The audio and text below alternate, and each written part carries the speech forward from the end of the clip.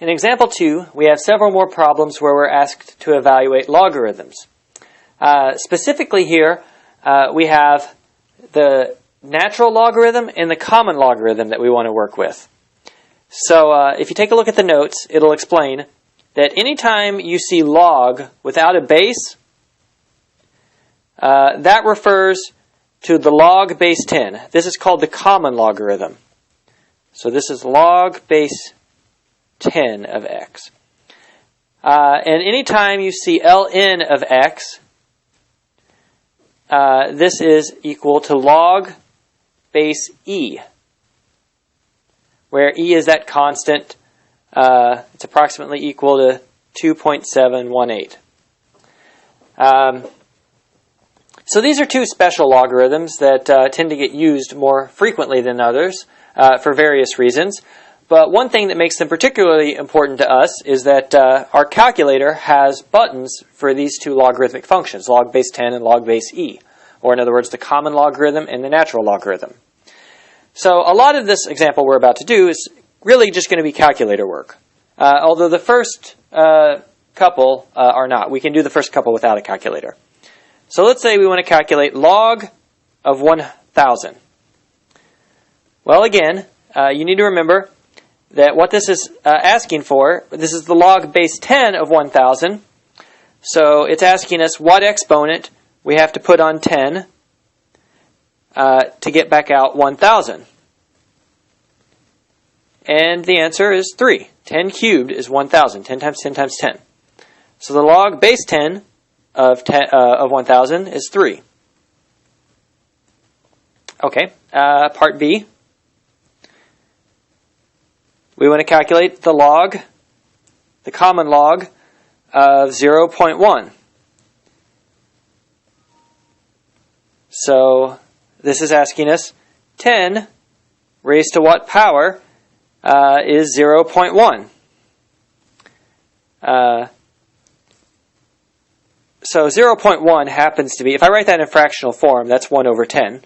And that makes it a little bit easier to see that the exponent we need in that box is negative 1. And so our answer is negative 1. Okay, so those two we did not need to use a calculator for. But that's going to change right now, because the next problem we're asked to solve is to calculate the log base 10, or the common logarithm, of 5.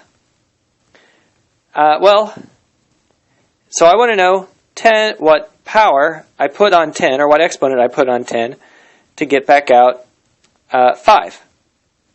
Well, it's very tempting to say the answer is 1/2, but what you would really be doing there is taking 10 and multiplying it by 1/2 to get 5. But if you take 10 and raise it to the 1/2, that's really the same thing as taking the square root of 10, which gives you 3.16, not 5. So without using a calculator, I don't know what this answer is. I know that the answer is between 0 and 1, because 10 raised to 0 is equal to 1, and then 10 raised to 1 is equal to 10, and 5 falls between those two numbers, 1 and 10. Again, without using a calculator, I don't know the answer exactly. Fortunately, the calculator has a logarithm button, so I simply have to hit log, then enter in 5, close out parentheses, and then hit enter, and I'm going to get 0.6990 when I round to, let's say, 4 decimal places. Okay. If you have problems finding the log button, read through the notes, and there's a little bit of an explanation on where you can find the log and the natural log button. Okay, so part D is very similar. We want to calculate the log of 37. Well, 37 is not a nice power of 10. I have no idea what the answer is without using a calculator, but I simply plug the answer into a calculator, or plug the calculation into a calculator, and I get 1.5680, or we'll round to 4 decimal places and get this. Okay. So since this is mostly calculator work, we'll kind of breeze through the remaining ones. ln of e. Well, this one's actually not a calculator problem. because what this is asking us to find, whoops, I kind of gave away the answer there. Let me erase that for just a second. What this is asking us to calculate is the power, the exponent I raise e to get back out e, because the natural log is logarithm base e. So I want to know e raised to what power is e, and the answer is, of course, 1. Anytime you raise anything to the first power, you just get that number, the base back out. Okay, so the remaining problems here are definitely going to be calculator problems. ln of 10.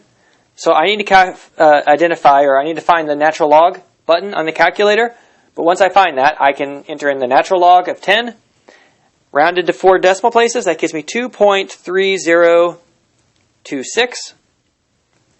So make sure to actually go through and check these yourself, just to make sure that you know how to actually use the calculator to solve these problems. Now I calculate the natural log of 0.5.